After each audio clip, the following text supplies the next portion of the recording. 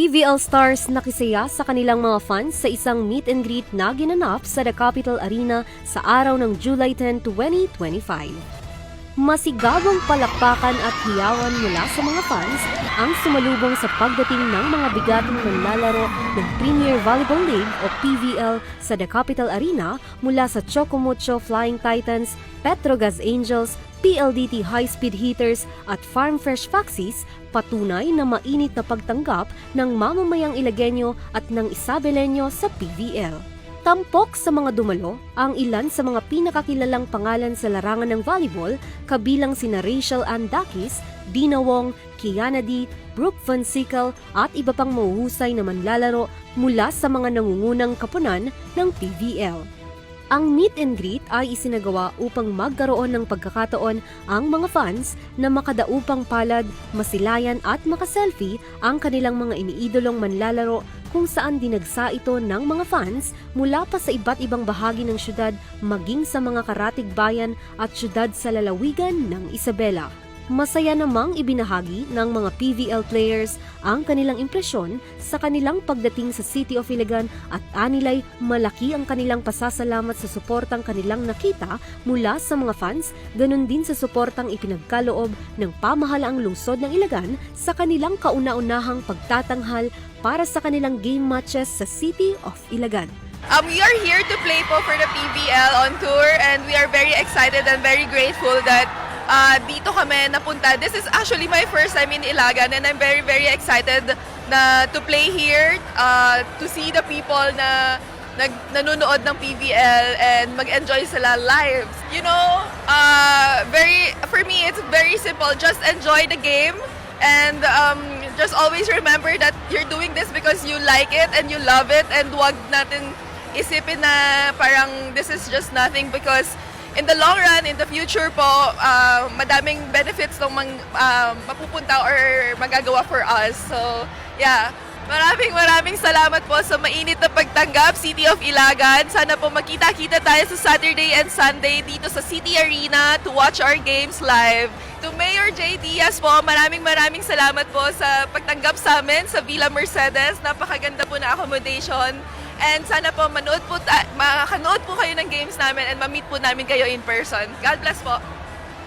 Sobrang saya po kasi alam naman po talaga namin na kung gaano nakalaki yung community ng volleyball, and very kami thankful sa mga fans, sa mga tao na bumubuo dito kasi sobrang warm yung welcome ng mga tao dito at sobrang saya at excited kami na ipakita kung ano yung game na idadala namin ngayon dito sa Isabela. Sa mga fans, sa volleyball community, tuloy nyo lang po yung pagsuporta at sana po panoorin nyo po live ngayon po sa Saturday, yung 4 na teams po na maglalaro. Mayor JTS, maraming salamat po sa pag-welcome sa amin, sa mga namumuno po, sa mga city councilor po, maraming salamat po sa pag-welcome po sa amin. Masasabi ko lang po sa arena, sobrang ganda po. For sure kami mga players mag-enjoy kami dito at lalong-lalo na yung mga fans. Yung ligang ito pinaghahandaan talaga namin kasi alam namin na malayo yung mararating ng team namin. At the same time, gusto namin makarating sa top 4 and magbunga lahat ng pinaghihirapan ng team namin. Sa lahat po ng kabataan na nangangarap, magpatuloy lang po kayo sa gusto nyong gawin, lakihan nyo lang yung pangarap nyo, and alam namin na malayo pa yung mararating ng bawat isa. Of course, wala namang sikreto sa life kundi yung relationship natin sa Panginoon. And yun, lagi lang kami nagtitraining ng maayos, lahat ng training and yung mga tinuturo ng mga coaches namin, talagang ginagawa namin. Ayun, sobrang happy namin kasi ang sarap po talaga pumunta sa iba't ibang lugar ng Pilipinas, especially dito po sa Ilagan, Isabela. And sobrang happy po dahil sold out yung ticket. Alam po namin na maraming sumusuporta sa amin sa PBL. Ang ganda po ng arena and ang babait po ng mga tao. Salamat po sa pagtanggap sa amin, and mas lalo pa po namin pag-uusahin yung paglalaro, and see you sa Saturday and Sunday. Mayor ng City of Ilagan, maraming salamat po sa mainit na pagtanggap and yung mga officials po natin dito. And salamat po sa PBL dahil nakarating po kami dito, and thank you for this opportunity na makapaglaro po kami dito sa Ilagan. How the sport of volleyball can help, a child achieve their dreams is that I think the sport opens a lot of opportunities, and it opens doors that you wouldn't think that are there. So just to play the sport helps with connections, making friends, and just meeting new people and having new experiences. And you just don't know what you can get from the sport, through friendships, opportunities, and just building a family. Yeah, so I would say like everything so far is awesome. City's beautiful. Everyone's so the hospitality is amazing. The accommodations very, very good. This arena is beautiful. It's very nice. Very nice. So thank you to everyone, especially the mayor that helped put this on and had PBL teams come out here. This is an awesome opportunity for us to expand, PBL and the sport of volleyball. So we're super happy to be here and very grateful. Hi everyone, please come out and support the PBL. We have 2 games coming up on Saturday and Sunday. We hope to see you there. Thank you so much. Tulad ng mga atleta, ang mga dumalo sa meet and greet mula sa iba't ibang bahagi ng probinsya ay namangha rin sa The Capital Arena at nagpahayag ng kanilang taus-pusong pasasalamat sa pamahalaang lungsod ng Ilagan sa pamumuno ni Mayor Diaz sa pagbubukas ng mga oportunidad para sa publiko na makaranas ng kahalintulad na National Games na kanilang personal na matutunghayan sa City of Ilagan. Shout out kay Mayor J. Diaz ng City of Ilagan kasi kung hindi po dahil sa kanya, hindi po magiging possible yung PVL on Tour Isabela po. Kasi itong arena natin, kung mapapansin nyo po is sobra pong aliwalas, maliwanag. Hindi naman po sa inaano, parang iba lang po yung feeling na meron tayong sariling arena na pagdadaluhan ng mga players, hindi lang sa volleyball, kundi pati sa basketball po. Sa mga fan ng volleyball dyan, manood po tayo ngayong July 12 and 13 dito po sa City of Ilagan, Capital Arena para po makita po natin ang mga iniidola nating players from different teams po. Actually, sobrang saya po namin kasi dati pangarap lang po namin na manood ng ganito. Tapos, yes po, on TV. Nanonood na po kami and then ngayon po, dinala po siya dito sa Isabela. So, masayang-masaya po kami. Ang ganda, sir. Sobrang ganda. First time ko pumunta dito, nakita ko lang po yung post kanina na may meet and greet. So, talaga pong nag-aligaga po kami pumunta dito. At ang ganda po ng venue. Dito pa lang, sobrang clean, sobrang aliwalas po ng makikita po natin dito. At sobrang ganda po at relaxing po manood.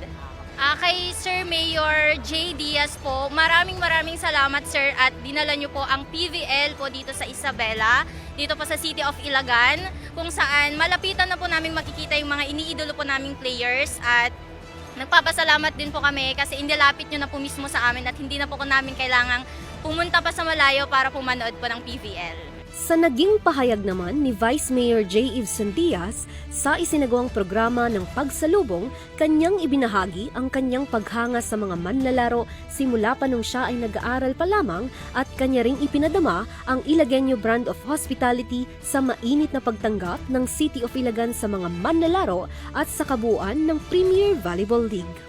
Grabe, sobrang daming tao. Meet and greet pa lang yan. Abangan pa natin sa mga susunod na araw dun sa mismong game.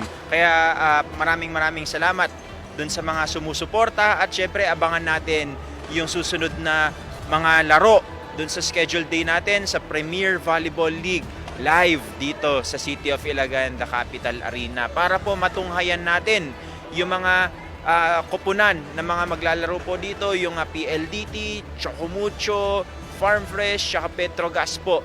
Makikita natin yung mga idol, yung mga Lodi Cakes natin, ng mga players. Ako mismo, nung high school ako, pinapanood ko lang dati sila Rachel Andakis sa FEU nun. Nung college ako, sila Mika Reyes. Nung medyo graduate na ako, sila Diana Wong. Ngayon, napapanood ko na sila, hindi lang ako, pati ang mga Ilagueño. Dream come true sa karamihan at marami din pong dumayo dito. So, abangan natin at panoorin po natin live. Ang espesyal na aktibidad na ito ay hatid ng pagtutulungan ng pamahalaang lungsod ng Ilagan sa pamumuno ni Mayor Jose Marie L. Diaz, Vice Mayor J. Evson Diaz at ng buong pamahalaang lungsod ng Ilagan at ng pamunuan ng PVL sa pangunguna ni Mr. Ricky Palu, ang President ng PVL bilang bahagi ng layuning mapalakas ang nasabing sports sa buong bansa. Ito'y bahagi rin ng legasiya ng City of Ilagan bilang hayag na sports tourism hub ng Northern Luzon kung saan mga malalaking national at international sporting events na ang matagumpay na naisagawa rito. Sa kasalukuyan ay pinaghahandaan na ng bawat koponan ang kanilang magiging laro sa The Capital Arena kung saan inaasahang magpapakita ang mga ito ng mga high-flying actions at matinding kompetisyon sa kanilang mga game matches. Ang Premier Volleyball League on Tour ay maituturing na isa na namang makasaysayang kaganapan para sa City of Ilagan dahil ito ang kauna-unahang pagkakataon na gaganapin ang isang opisyal na laro ng PVL sa Rehiyon 2. Gaganapin sa darating na Sabado, Hulyo 12, 2025, ang mga laro sa pagitan ng Farm Fresh Foxes versus Chocomocho sa oras ng alas 4 ng hapon at PLDT versus Petrogas naman sa oras ng alas 6:30 ng gabi. At sa darating na linggo, Hulyo 13, 2025, ay ang koponan naman ng Petrogas versus Farm Fresh Foxes sa oras ng alas 4 at Chocomocho versus PLDT naman sa oras ng alas 6:30 ng gabi. Ang lahat ng mga ito ay matutunghayan live sa The Capital Arena, City of Ilagan. Ang pagdaraos ng Premier Volleyball League sa lungsod ay patunay sa lumalawak na kakayahan at kahandaan ng City of Ilagan sa pamumuno ni Mayor Jose Marie L. Diaz sa pagtatanghal ng mga national at international sporting events tulad na lamang ng tuloy-tuloy na pagsasagawa ng mga malalaking mga aktibidades sa larangan ng sports, culture, tourism, fashion, beauty contest at mga malalaking convention mula sa iba't ibang government, non-government at religious organizations sa buong bansa na isinasagawa sa City of Ilagan.